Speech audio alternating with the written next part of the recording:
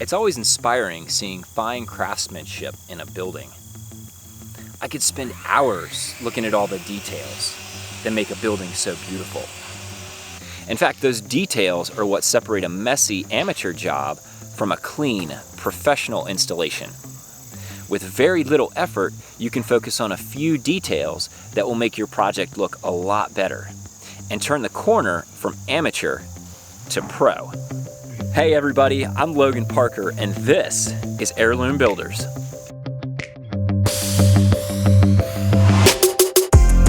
Today we're finishing up the installation of some beautiful wood siding on a big barn. We're going to show you a few of the details that make this vertical wood siding job look really professional. We're combining the traditional look of a wood-clad barn with the clean, simple lines of modern design. The way that we achieve this is by installing vertical shiplap wood siding. We're using cypress wood because it's naturally decay and bug resistant, and it's locally sourced and milled right here in North Carolina.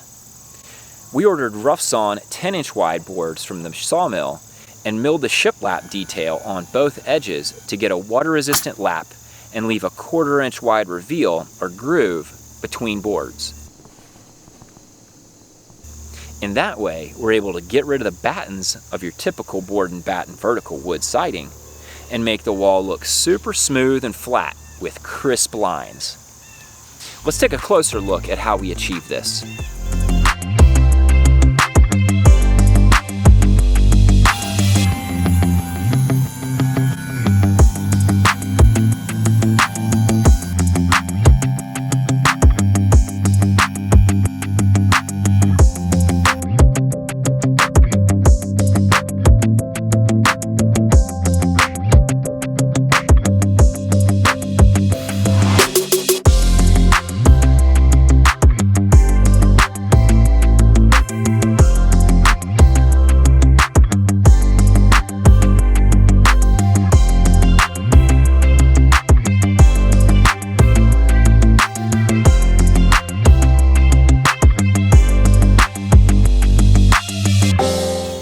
The first thing is layout. You can have a by-the-book installation where all the joints are super tight and the nail heads are perfectly flush, but if you don't focus some attention on the layout, you may have a very awkward transition that just doesn't look right in the end. And that's why layout is so important. Here's how we laid out this wall. We have 10-inch wide boards that after we mill a shiplap detail, we have a 9-inch wide reveal. Yeah, maybe if you could show with the tape measure 9 inches. Yeah, let's... Don't put on your pants, just... just put your tape measure on the board. I wouldn't be working here if I had a 9-inch. Oh. This is for the outtakes, right? And we center that on the wall if possible. Nice. That's cool. But we use a story pole or a tape measure and figure out where those increments of 9-inch are going to land both on the corners and at the window edges so that we can make those grooves line up in the right spot where they'll look the best. When we're looking at layout, one of the things that's key is keeping these boards as wide as possible. So if we started laying our boards out with a full board there, we could run into where we have a 2-inch or 3-inch rip here, and it's just going to look unbalanced. So what we'll do is we're looking at a 9-inch pattern on the shiplap, and we're going to measure and see where everything's going to fall out. So in this case, we're actually up to 72 inches right here, and we're just going to find our center and establish what our first rip is going to be.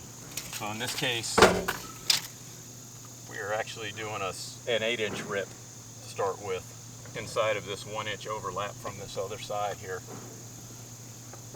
We add an inch on each one of those ends to add a length for a continuous butted corners. We'll talk more about that later.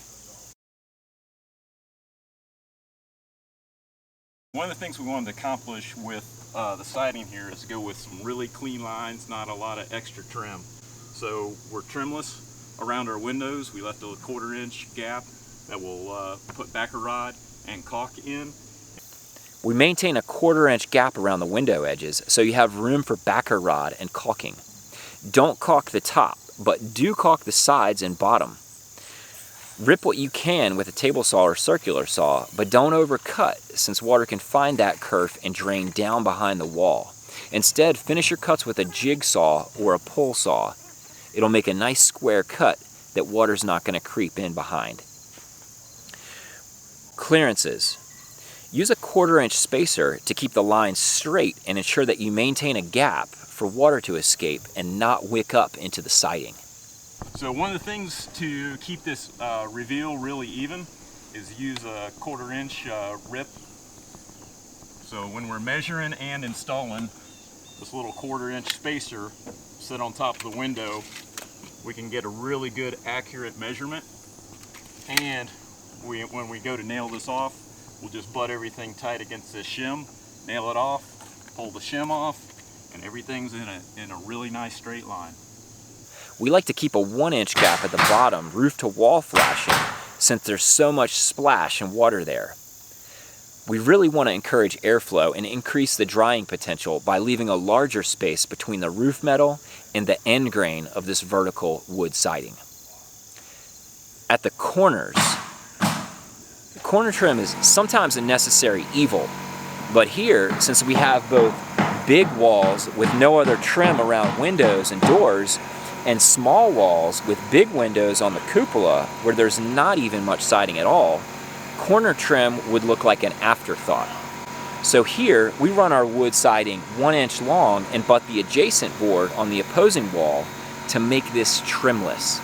If you do go with corner trim, what we like to do is use one board an inch wider, since this is our material is 1 inch thick. So this board here is 4 inches, this is 5 inches, and we put it together on the corner. We have an even reveal here of 5 inches. And then we go like this. If you're using the same width boards and you overlap it, you're going to have 2 different widths here. So it's just the attention to detail is how you make just a little bit nicer job. And that trim looks really bulky on this tiny little cupola. Exactly, which is why we went with the trimless. It's all about the details. A little effort can go a long way in making your project look a lot better and help you turn the corner from amateur to pro. If you got any details you think we missed here, drop them in the comments down below. And make sure to hit that like button and subscribe to our channel.